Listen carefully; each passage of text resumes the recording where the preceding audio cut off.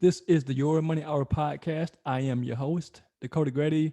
Welcome to the show, everybody. Whether you listen to the show online in South Carolina, Georgia, California, wherever you are, thank you for joining us tonight. If you need help with your personal finances, I'm your guy, Dakota Grady. Check out my website at dakotagrady.com. Check out my book too, Financial Hope. Get a copy of that in audiobook, ebook, as well as in paperback. If you need help with your accounting and taxes for your business, check out my website at theatdoc.com. That's theatdoc.com. So tonight I'm honored to have a friend, a guest of mine. I'm going to get it right this time, Justin. So Justin Moseley, he was one of the owners, or I guess is one of the owners of Music City Health Center in Hendersonville, Tennessee. My old stomping ground. Lived in Tennessee for 7 years, so I'm honored to have him tonight. He is the mindset doctor. So Justin, welcome to the show, brother. Thanks for having me, man. I'm excited to be here. Yes, sir. Well, tell everyone about who you are and what you do. So yeah, I'm Dr. Justin Moseley, the mindset doctor. And yeah, I'm by trade, I'm a chiropractor, and my wife's a chiropractor as well. We own Music City Health Center, and she runs the show over there now. We have other doctors there as well. And I do coaching full time and kind of shifted gears. We had success in practice early on, and a lot of doctors started coming to me asking for help in business. And what I really love to do is help them shift their mindset, because it was never a problem with their business and their systems or their procedures. It was always their level of mindset and personal growth and development. So as I started to helping more doctors, then more started coming to me as well. And then I actually had a near-death experience that actually changed my entire view on everything. So we can get into that as well if you'd like to go to that direction. Let's start there. Talk about Okay. that, and then back up to where you are now. Yeah. Because it really plays an important part when you look at money and finances. Because I think it has to start with your purpose and your why. Like, what are you trying to accomplish in the world? What kind of impact are you trying to make? And for me, it was thriving. We were helping people, making a difference, and really living my purpose. And then in 2018, I was on a men's retreat and went whitewater rafting, and the raft actually flipped over, and I got under the rapid, and it started pushing me down. And the last thing I remember is I was going down and everything just stopped.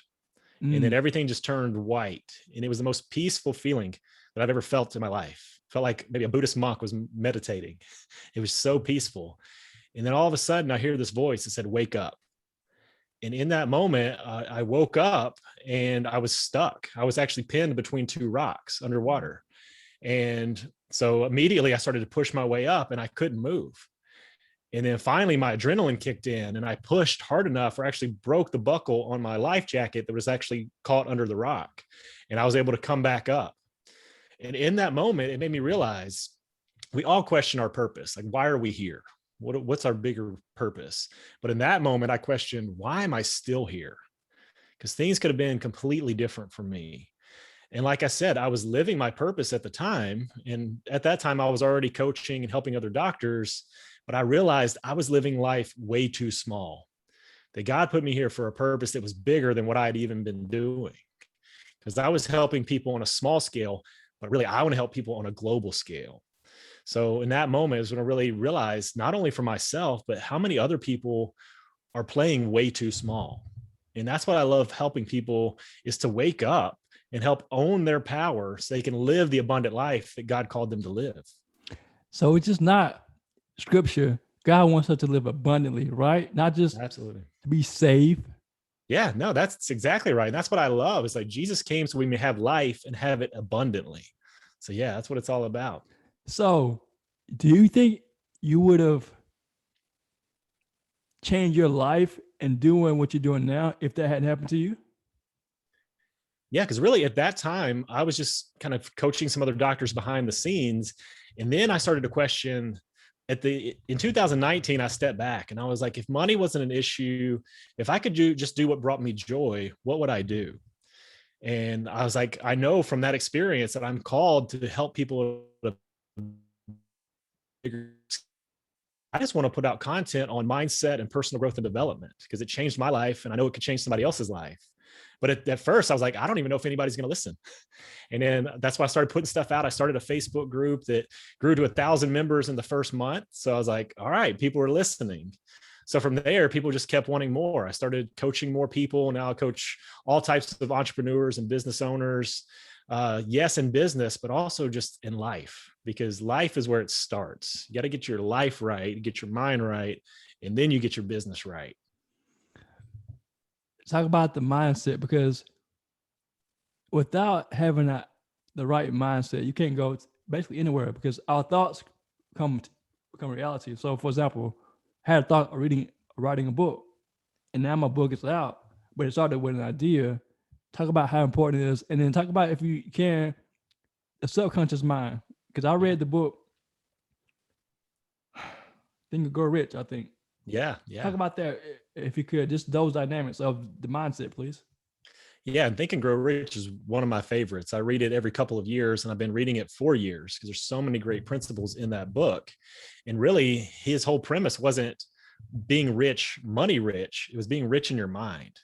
And the more you expand your mind, then your wealth can increase as well.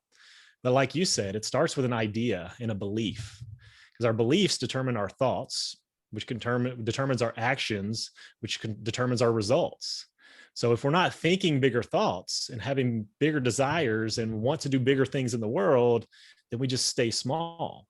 And so really, and they've done studies that show about 90% of our thoughts are the same every single day. You think about it, most people wake up, they turn over the same way, turn off their alarm the same way. Maybe they grab their phone, look at Facebook, they go start their coffee, have their breakfast the same way, drive to work the same way. Lunch is the same. They come home, dinner's the same. They go to bed at the same time. It's just a routine every single day of the exact same thing, but yet we want something different for our life. But if you want something different, you have to do something different. And that's where it starts with the mind and really thinking about what you want and what those heart's desires are. Because it says in the Bible, God gives you the desires of your heart. And it's not just things that selfishly that you want, but it's really spending time in the Word and saying, God, what have you called me here? And what do you want for my life? And then when you focus on that, those are the desires you can actually bring into your life. So I think in the book, he talked about that desire too, because people may have a need for something, but if they don't want to have that desire, is no point of even talking to people. You know that as a coach, if less people want that change, there's no way, right? Yep. Yeah, absolutely. It starts, and it's in the book, Think and Grow Rich. He talks about you have to have a burning desire, because the burning desire actually evokes an emotion. And when your emotions are involved, that's when you start to tap into the subconscious mind. So it's all about evoking that desire and that emotional feeling to, this is something I want to go for. Because you can say, hey, I want to make some money. But if you're not physically, emotionally, and actually involved in why you want that money to begin with, because we don't want money because we want little green pieces of paper with dead guys on it. Like, that's not what we want. We want more money because of what that money can provide, whether it's experiences, whether it's security, whether it's whatever it is in the life. Maybe it's spending time and building relationships that money can provide for you. That's what we truly want. So really what you need to tap into is your big why. And it all starts there. And Simon Sinek wrote a perfect book, Starts with Why. And you have to find out why. And that's what I did. Why am I here? But then that was the bigger question. Why am I still here? And it made me think even bigger. So what I like to say is not even your big why, but what's your bigger why? When you start to think about your why, a lot of people, it's superficial. Yeah, I'm doing this for my spouse. Well, why? Keep asking yourself why, and do that 3 to 5 times. Well, why do you want that? And then go deeper. Why? Why do you want that? And the deeper you can get and the more specific, you can actually get emotionally tied to your why. That emotion gets that burning desire and it brings it into reality. Because I mean, like, if you're doing something day in day out and you hate your job, for example, but you know you got to pay the bills, eventually it's going to drain you. It's like, well, and then I think some people, they don't see a way out of the situation, even though they may have a burning desire inside of their heart to do something. they're afraid, one, and two, it's like, well, I'm comfortable with where I am, even though I hate my situation. Talk about that. Like, how can people get out of that rut?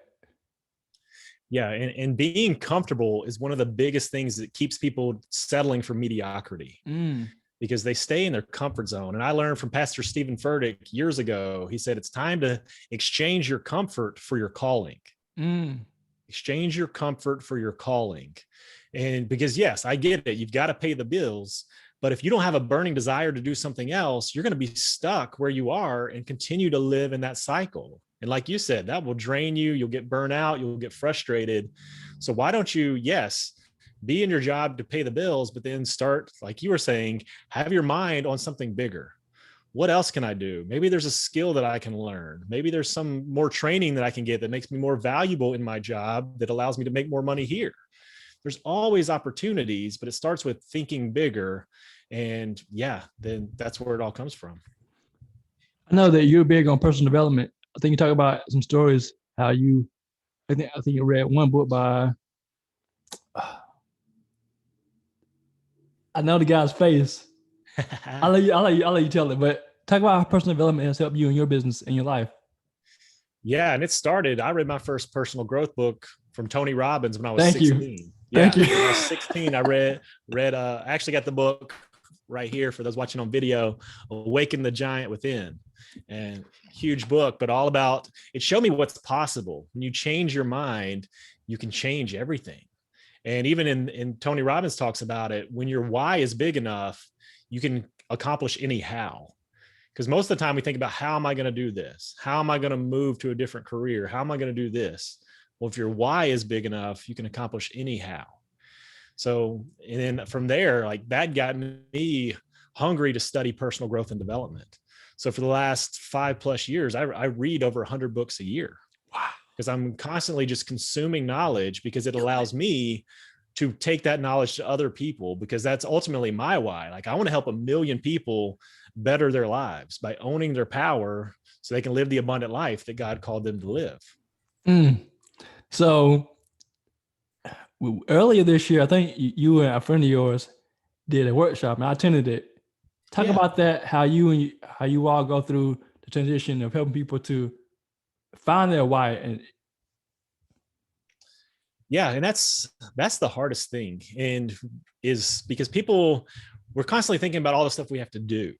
Like, we have to wake up and we have to do all these things. We have to provide for the family and my kids and my wife. We don't think about ourselves enough. So really I say the first thing is strategic thinking time. You just block off in your schedule time to just think. Because really, and when we go through our day, our minds are in what's called the beta state. And that's just where we are constantly thinking and we're trying to solve problems. But the reality is, we solve the problems better when we're in an alpha state. And that's a lower level of brain waves. So if you can actually just sit, I love meditation, because meditation helps get into that alpha state, but really just sit there and start to just deep breathing. If you just focus on your breath for a couple minutes, nice, slow in and out breaths, you can drop your mind into the beta state, where it makes you more creative. And in that moment, you can actually solve more problems. You can actually start thinking bigger and thinking more creatively. And then that's the time where you can really go inside and say, why am I here? And what is my purpose? What is my bigger why? And you start focusing on that, and focusing on that daily. Because it's easy to sit there and do it once and like, yeah, this is my big why. But then tomorrow's back to the old you, and you're doing the same thing over and over. So really, repetition is the mother of skill. Doing something over and over and over. So really, every single day, focusing on what is your big why, and relate it to the impact that you're going to have on the world. Because no matter who's listening, you have a story and you're here for a reason, and it's going to impact lives. So it's up to you not to waste that. Like, you're here for a purpose. It's time for you to step into that purpose. But that purpose comes from going within and sitting there and really thinking. You can pray about it, meditate about it, say, why am I here? What is the impact I'm called to have on this world? then that opens up possibilities for people, hopefully, to find that why. And then the next thing, I guess, is to take action. Talk about that. Yeah. So that's the thing too. People watch things like think about it and it's going to come to reality. But no, it starts with thinking about it, having that burning desire, but then taking action on that desire. And really, one of the things the thinking and having the burning desire does, it primes what's called your reticular activating system in your brain, your RAS. What that does is it's basically a filter. Because right now, over 16,000 bits of information are coming into your nervous system. So you're not thinking about right now what's going on in your left foot. But if I say wiggle your toes in your left foot, then you think about your left foot. That's because your brain has to filter out everything that's going on and only focus on what you want to focus on. So when you get really clear on where your focus goes, where focus goes, energy flows. You start to prime the reticular activating system to say, hey, show me more of that. So if you're looking for opportunities, a lot of times they're all around you, but you don't ever see them because they're being filtered out. But when you get really clear and have that burning desire, you're focusing on those opportunities, they start to come at you and you start to see those opportunities. And then you can actually take action and take advantage of those.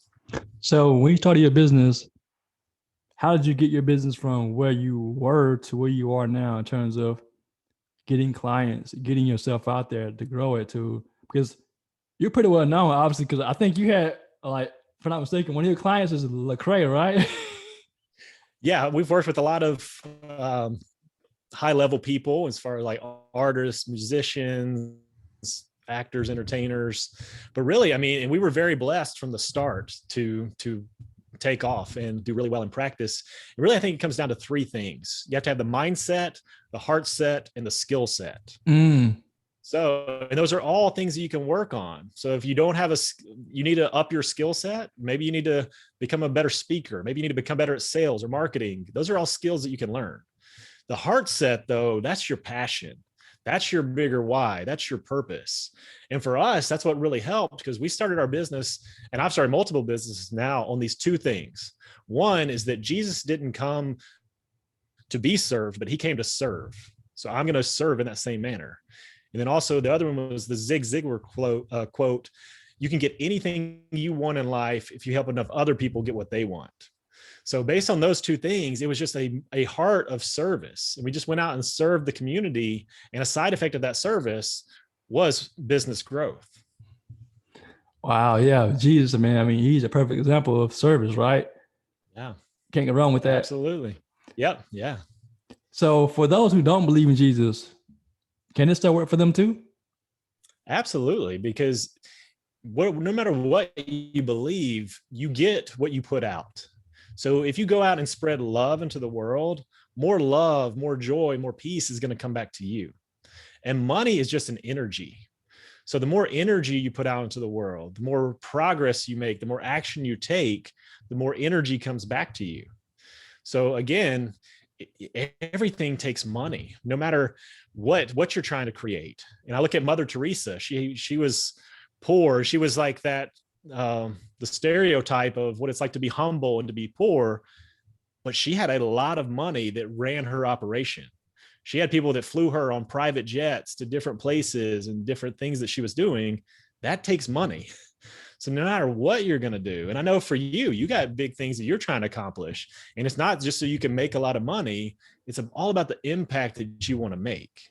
And I think if people get really clear on what is the impact I want to make, then making the money will be a side effect of that.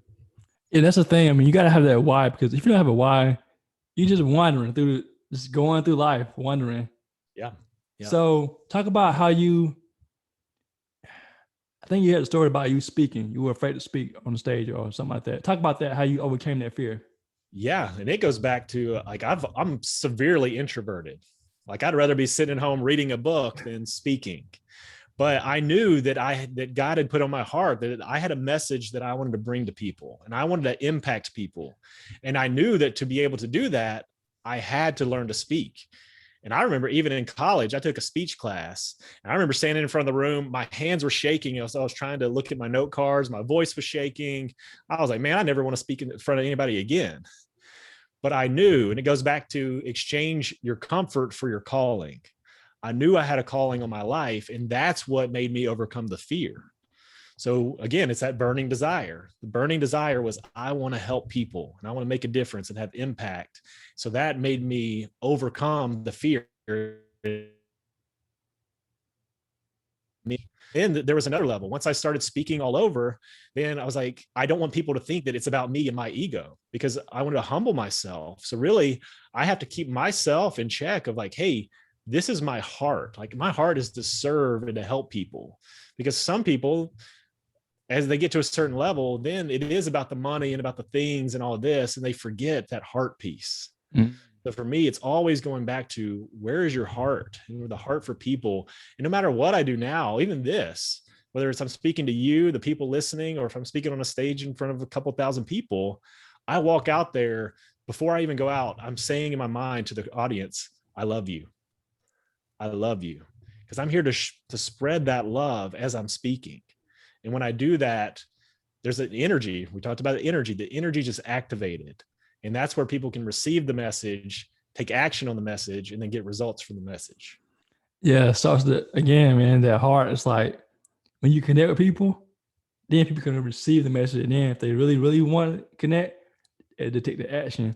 Yeah, absolutely. So being in business with your spouse, is that a challenge or is that something good? Yeah, this is one that's different for everybody. For me and my wife, it worked perfectly.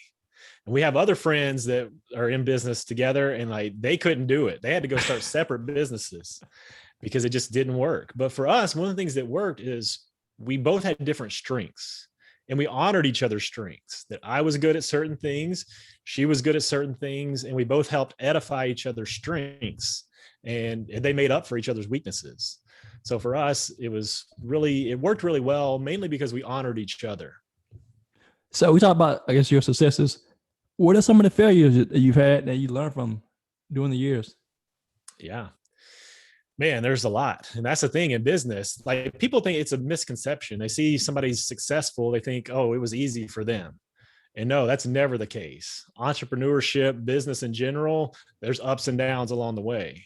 It's hard. I just got back yesterday from a mastermind, and all of the people there were talking that they've been through stuff. But I think even the biggest thing for me was, even when because it was the biggest learning lesson, was that near-death experience that was like, no matter what you're doing, success or failure, you're playing life way too small. And that really made me realize, like, man, there's so much more possibility. There's so many more people to impact. So I think that's really what I go back to all the time, is there's more lives that need to be touched. So before we close, there are, I think, like 7 billion people in the world. If you could leave one thing with the audience, what would it be? That's a great question. Well, first, I want to speak to anybody listening right now to know you are enough. There's way too many people, they think, hey, I'm not good enough to do this. I'm not smart enough to do that. I'm not able to do this. One, you are enough. There's a power inside of you.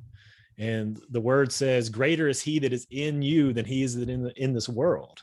And if you own your power and you step into that power, you bring that power into your business, into your relationships, into your finances, that power gets activated, and things start happening for you. You start to gain momentum. But knowing that you are enough, because the biggest thing that holds people back is the story they tell themselves of why they can't have it. So know that you can have it. You can have anything you want in life. So go out there, own your power, and take that power to the world, because you're not doing anybody a favors by playing small. The world needs you to play big. That's right. If you listen to the podcast, take that advice, stop living small and live big. So how can people find out more about you, Justin? Yeah, you can go to drjustinmoseley.com. Check out my Facebook group. I have a free Facebook group, the Mindset Doctor Community. I put lots of great stuff in there. Or on Instagram at Dr. Justin Moseley. And yeah, love to connect with you for sure. Awesome. Well, connect with Justin Moseley online, social media again, please. At Dr. Justin Moseley is Instagram. And then, yeah, I've got a Facebook page. And then join my Facebook group. It's free, the Mindset Doctor Community. Cool. So Justin, thank you for your time, and thank you for joining us for the Your Money Hour show. Thank you so much for having me. This is fun. Yes, sir. Thank you.